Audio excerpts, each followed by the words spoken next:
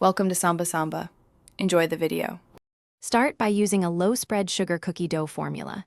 2 1/2 cups all-purpose flour with 1/2 cup cornstarch gives structure and less spread. Use 1 cup butter, but consider swapping 1/4 cup for solid vegetable shortening to reduce spreading while keeping flavor. Add 1 teaspoon baking powder and 1/4 teaspoons salt to control rise without puffing. Keep sugar at 3/4 cup to avoid extra melt and freeze for precise rolling. These measurements help maintain crisp edges and defined shapes. Chill is essential. Refrigerate the dough 1 to 2 hours or overnight so fats firm and gluten relax, which preserves shape. Roll out dough to a consistent 1/4 inch thickness for even baking and minimal distortion. Use a sharp cutter and avoid twisting. Push straight down, lift, and transfer shapes using a floured, rigid spatula.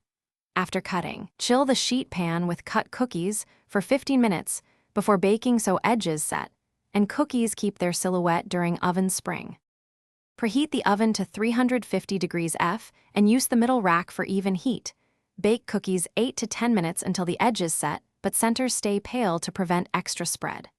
Cool cookies on the pan for 2 minutes so structure stabilizes, then move to a wire rack to finish cooling.